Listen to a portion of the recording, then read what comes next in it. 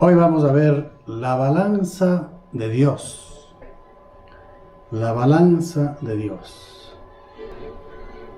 La palabra del Señor en estos tiempos, en donde está manifestándose de una u otra manera, para que nosotros miremos la realidad de nuestra vida y la voluntad de Dios. La balanza de Dios. En Jeremías el capítulo 5, versículo 3 dices: los azotaste y no les dolió, los consumiste y no quisieron recibir corrección. Endurecieron sus rostros más que las piedras y no quisieron convertirse. Los punteros de la aguja de la balanza de Dios se han inclinado hacia la izquierda. Pesa más la soberbia del hombre que la justicia de Dios. El Señor hace una pregunta: ¿y quién podrá estar en pie delante de ti cuando se encienda tu ira? ¿Quién podrá estar en pie delante de ti cuando se encienda tu ira? Al otro lado de la balanza está nuestra soberbia. Salmo 39:6 dice: ciertamente como una sombra es el hombre, ciertamente en vano se afana, amontona riquezas y no sabe quién las recogerá.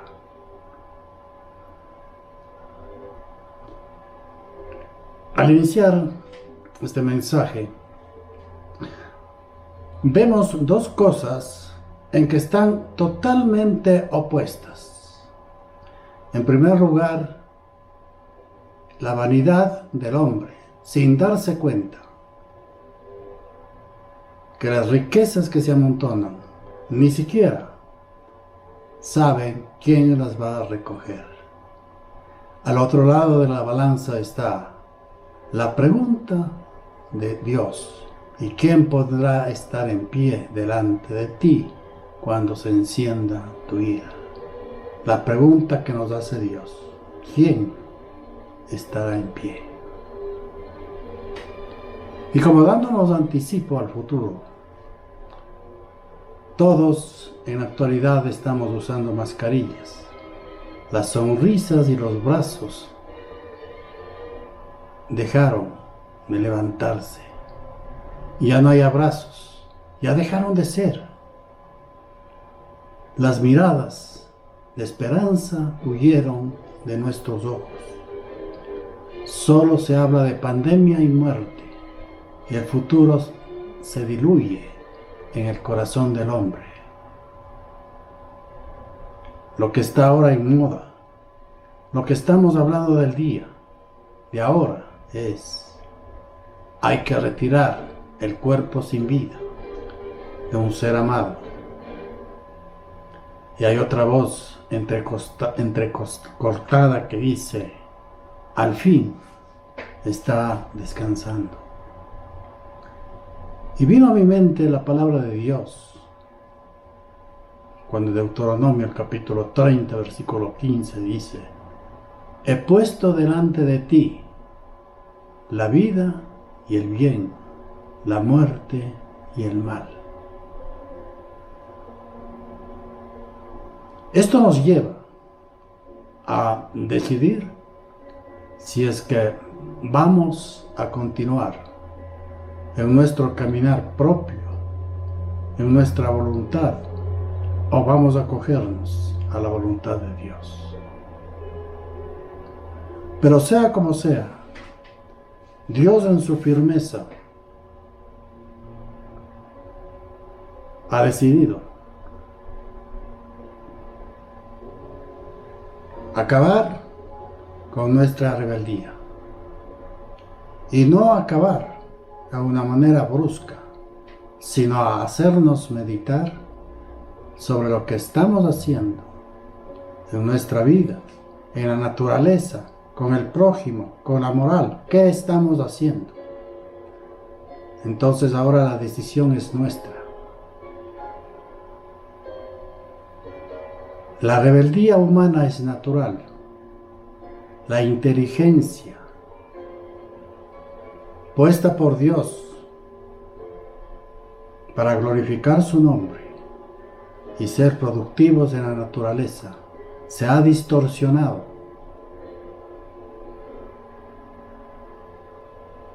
Estamos buscando hacer nuestro deseo y no la voluntad de Dios.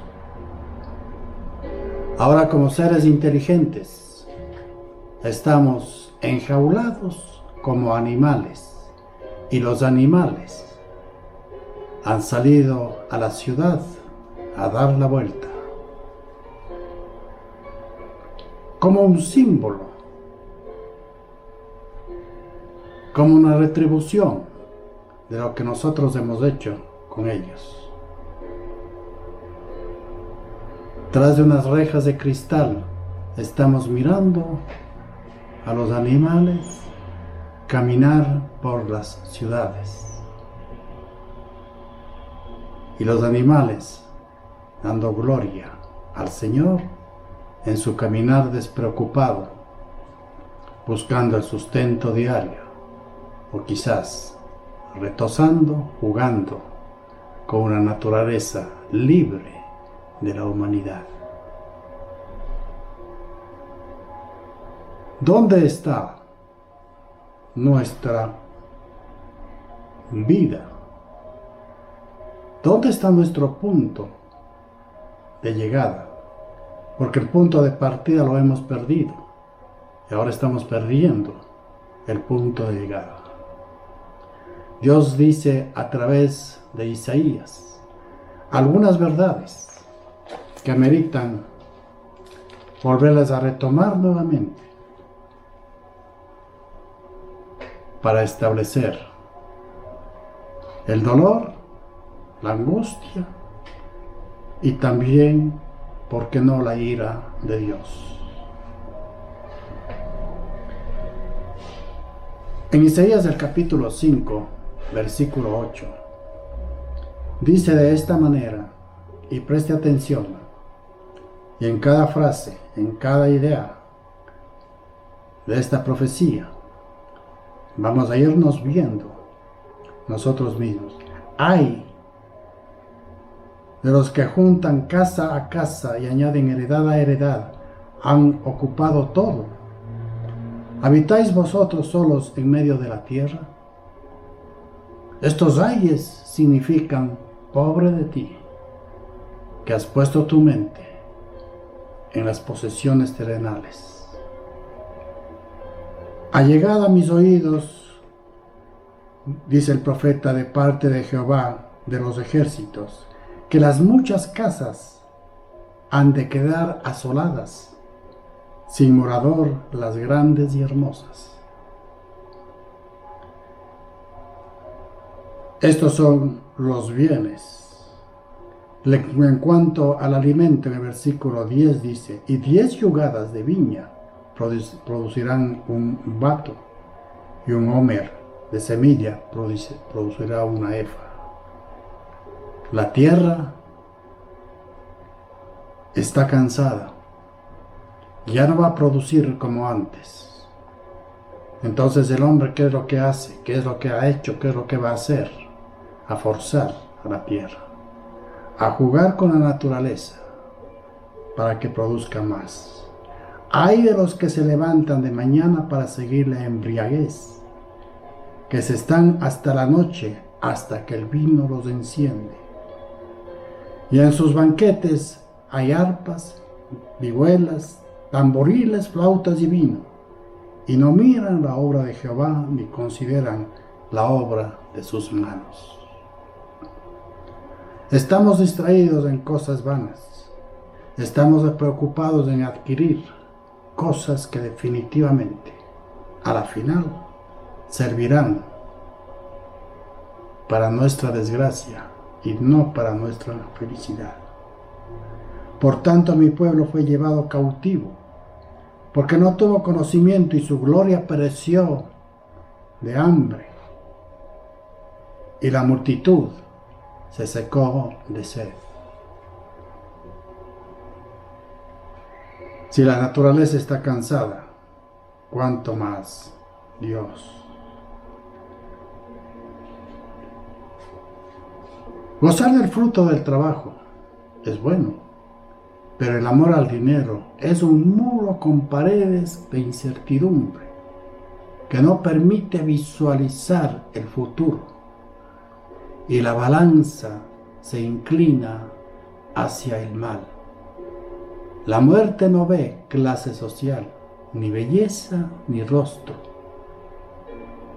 Peor aún, economía próspera. La balanza de Dios pesará sus acciones y ellas marcarán el lugar que usted eligió aquí y ahora.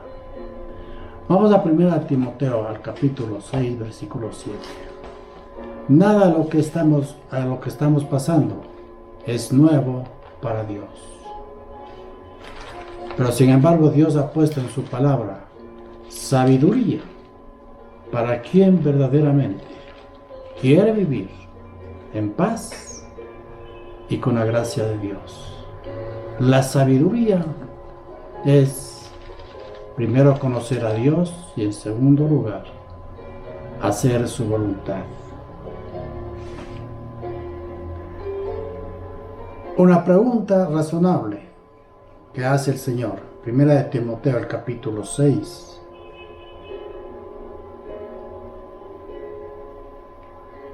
Versículo 7. Y nos lleva a pensar, a detenernos en esta loca carrera, en este frenesí por las cosas del mundo, en algo que es real y que en este tiempo justamente vemos como un torrente de verdad, la palabra de Dios. En primer lugar dice en versículo 7, porque nada hemos traído a este mundo y sin duda nada podremos sacar. Nada podremos sacar. ¿Para qué corremos? Si todo va a quedar aquí. Lo único que vamos a llevar a la presencia de Dios es nuestra relación con Él. Y si nos hemos envanecido, embriagado en las cosas del mundo, Dios tendrá la recompensa de lo que buscamos en eternidad. Así que teniendo sustento y abrigo, estemos contentos con esto.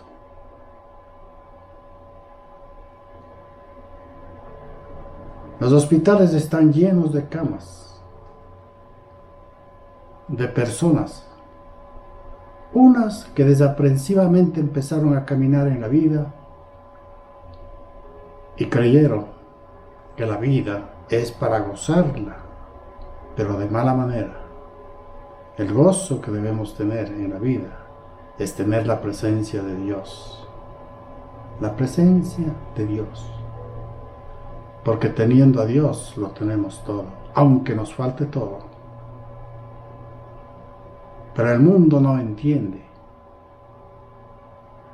que la felicidad no está en las bendiciones del trabajo, sino en el poder y la gracia de Dios. Y digo bendiciones porque muchas veces dicen, yo no necesito de Dios, mi trabajo me está bendiciendo, pero falta algo, el toque personal del Espíritu de Dios para tener el suficiente gozo y la entereza para que esa bendición sirva realmente del disfrute mío, de mi prójimo y de todo aquel que necesita. Amontonar riquezas, llegar a fraudes, robar, engañar. Esa es la tónica, ese es el punto a donde ha llegado el hombre. Claro, porque el enriquecimiento necesitan de 2 o 3 o 4 más personas. Y ese afán por la plata, esa codicia, no lleva solamente a uno, sino a más de uno a la perdición. Versículo 10, porque raíz de todos los males es el amor al dinero, el cual codiciando algunos, se extravían de la fe y fueron traspasados de muchos dolores. Y tome en cuenta, dice, se extravían de la fe. Dejaron a Dios a un lado, ignoran la voluntad de Dios y empiezan a buscar la fe como ellos quieren.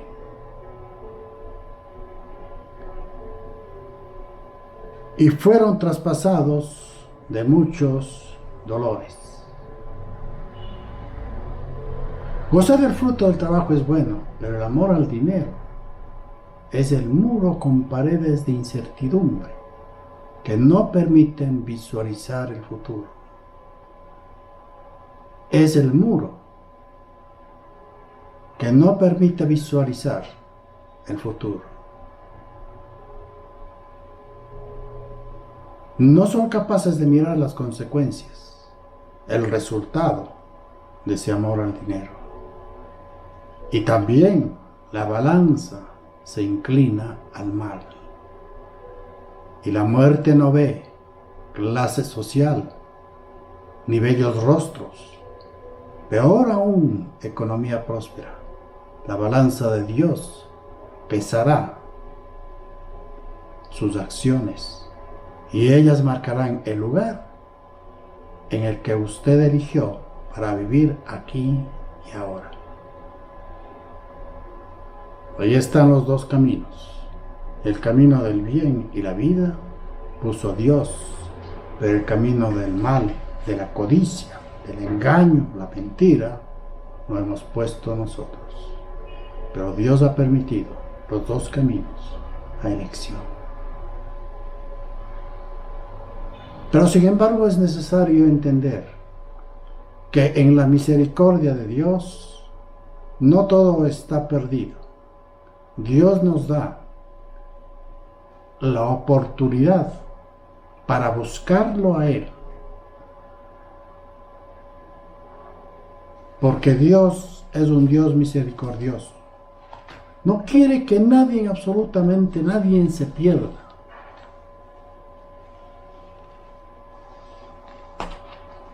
Y bajó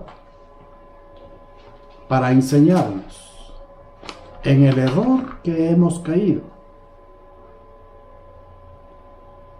Y hasta el último el Señor se manifestará a través de toques.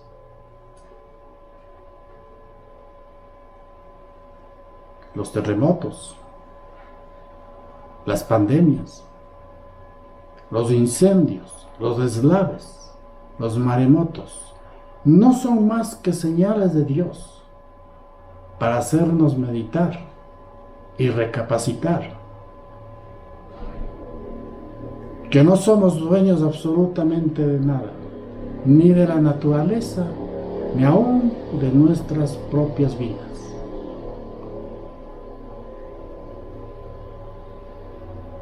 En Apocalipsis, el capítulo 3, versículo 14, nos enseña la tibieza y la ligereza con la que nosotros manejamos la presencia de Dios.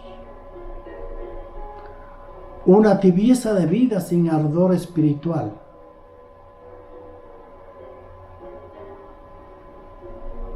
Recuerde usted que la palabra de Dios es palabra espiritual. Podemos escondernos de la gente, pero nunca podremos escondernos de la presencia de Dios. Aunque estemos en el último rincón de la cueva más profunda, ahí estará la presencia de Dios. Jesucristo dice: yo conozco tus obras, que ni eres frío ni caliente. Ojalá fueres frío o caliente. Él conoce todas nuestras obras. Y es el momento para decirnos a nosotros mismos: Señor, ciertamente mis obras son trapos de inmundicia. Necesito llegar a tu presencia. Y aquí está el Dios de oportunidades. El Dios que quiere levantarnos a cada uno de nosotros. Aquí y ahora. En primer lugar dice: conoce el Señor nuestras obras. ¿Quién podrá esconderse de la presencia de Dios? ¿Quién podrá justificar algo que no está de acuerdo a la voluntad del Señor? De algo que está reñido aún con nuestra propia conciencia. Porque Dios ha puesto también una conciencia para acusarnos. Por cuanto tú eres tibio.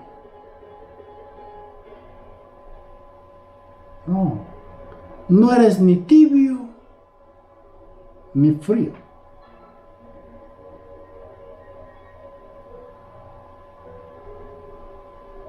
La tibieza es un término medio. Dice el Señor: yo quiero que sean fríos o calientes. Por cuanto eres tibio y no frío ni caliente, te vomitaré de mi boca. Porque tú dices: yo soy rico y me he enriquecido, y de ninguna cosa tengo necesidad. Y no sabes que tú eres un desventurado, miserable, pobre, ciego y desnudo. La tibieza espiritual es algo que ofende a Dios. La tibieza espiritual es engañar a Dios. Si ponemos un ejemplo en lo terrenal, la tibieza en el trabajo es no producir de acuerdo a lo convenido. La tibieza terrenal es el amor en no perdonar, no acompañar en el dolor o la necesidad. La tibieza en la amistad es alabar y cuando se aleja, hablar mal de esa persona. La tibieza espiritual no es hablar de la misericordia de Dios. La tibieza espiritual es amar a Dios para que nos bendiga con las cosas terrenales. La tibieza espiritual es no encontrar a Dios en espíritu y en verdad. La tibieza espiritual es experimentar una relación diaria con Dios. Si no lo hacemos, somos tibios espiritualmente. Jesús, en el Evangelio de Juan, el capítulo 15, versículo 15, nos enseña sobre el calor espiritual y el amor que Jesús experimenta en la vida de cada uno de nosotros. Juan, el capítulo 15, versículo 15, nos dice de esta manera el Señor Jesucristo: yo no os llamaré siervos, porque el siervo no sabe lo que hace su Señor, pero yo os he llamado amigos, porque todas las cosas que oí de mi Padre os he dado a conocer. El calor espiritual que Jesús nos experimentó y nos tomó y nos eligió para que llevemos frutos y mucho fruto. El Señor Jesús, en su calor espiritual, nos dice: ustedes ya no son mis siervos, ustedes son mis amigos, y ustedes sabrán toda la verdad, para llevar fruto con calor espiritual, con ese mismo calor que tuvo Jesús para con cada uno de nosotros. Tanto nos amó que dio su vida para que nosotros lleguemos al Padre a través de su sangre, a través de la fe y de creer que Jesús es el Señor.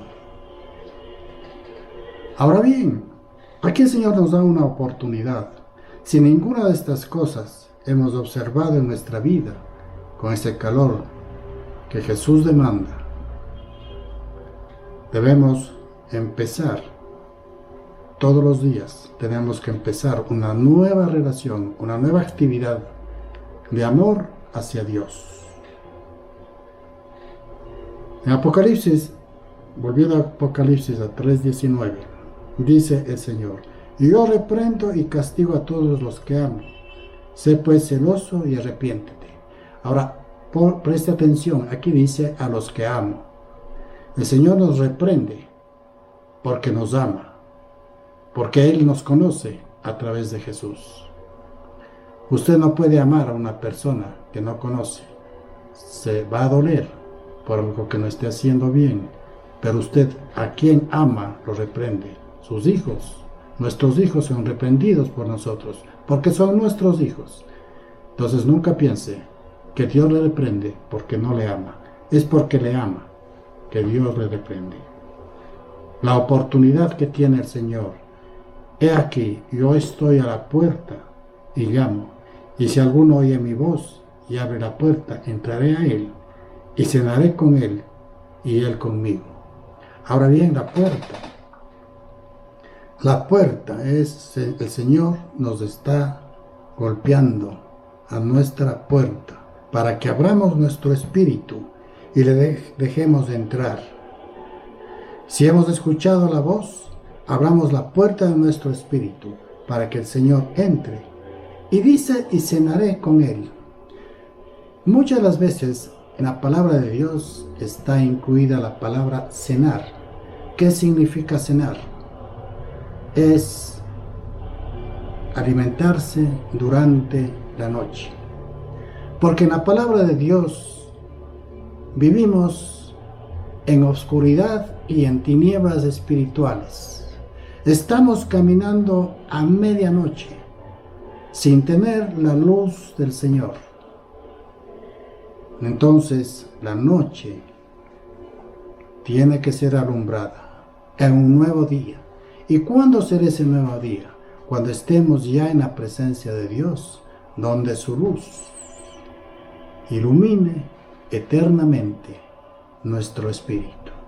Que Dios nos bendiga en este tiempo y que las pandemias, las enfermedades, los terremotos, las muertes, las inundaciones, todo eso, que no nos coja a nosotros de nuevo. Sabemos que todo eso va a suceder, porque Dios ama a su creación y ama más que nada a la imagen y semejanza de Él, que somos los hombres. Pero nosotros perseveraremos en la palabra de Dios y en la comunión constante y diaria que Dios, nuestro Padre eterno y misericordioso, se merece. Oremos. Padre amado, gracias Señor por su palabra. Bendíganos, oh Dios, en este tiempo, y que nada ni nadie, Señor, permita a usted que nos quite o nos mueva del amor a usted. Bendíganos, Padre amado, en el nombre glorioso de Jesús. Amén y amén.